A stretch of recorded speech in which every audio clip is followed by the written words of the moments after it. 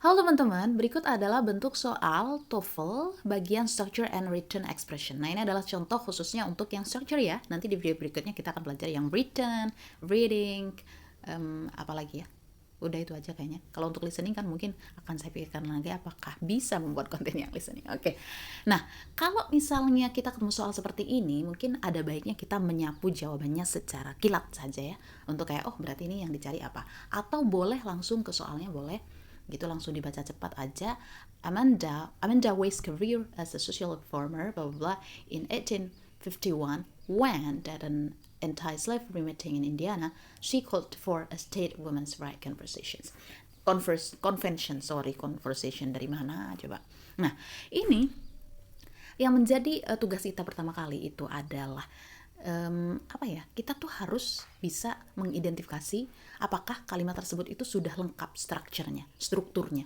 Apa itu? Minimal ada satu subjek dan satu verb atau kata kerja. Verb itu bukan berarti harus kata kerja ya, tapi juga bisa to be, karena to be itu nama lainnya adalah verb be gitu.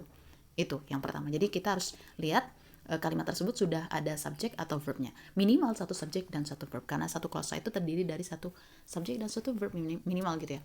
The second one, yang kedua yang harus kita lihat adalah identifikasi apakah dia itu adakah keterangan waktunya gitu ya, sinyal waktunya yang kemudian nanti akan disesuaikan dengan tensesnya. Jadi kalau misalnya present ya sekarang, kalau past ya masa lampau, nah itu nanti disesuaikan gitu ya. Nah gitu. Yang ketiga adalah sudah sih itu aja ya. Jadi kita sesuaikan dia butuh apa, dia butuh, kalau misalnya yang kosong itu bagian yang subjek berarti butuh subjek, kalau yang kosong bagian verb ya berarti butuh verb atau kata kerja gitu. Tinggal disesuaikan pilihan jawabannya gitu. Ingat, untuk mengerjakan soal demikian itu kita tidak perlu tahu artinya. Dengan mengidentifikasi ini bentuk katanya apa itu sudah aman. Oke?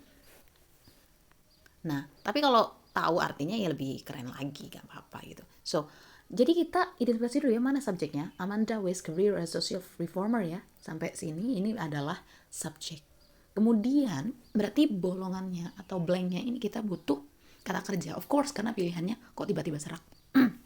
Karena pilihannya ini ada kata kerja semua ya. Ada kata kerja bentuk pertama, kedua, present perfect, ini berarti bentuk ketiga, dan true infinitive. Nah, di sini kita ada time signal berupa in 1851 yang berarti dia itu terjadi di masa lampau ya. Ini time signalnya.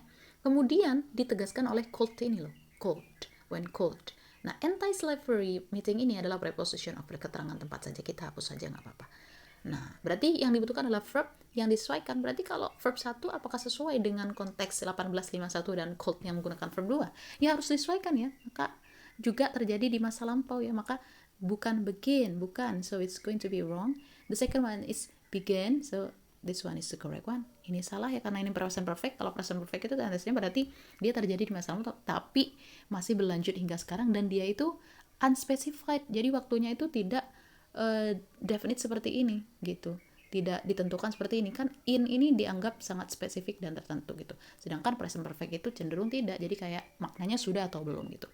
Dan D pun juga bukan jawabannya, seperti itu ya. So jawabannya adalah yang B.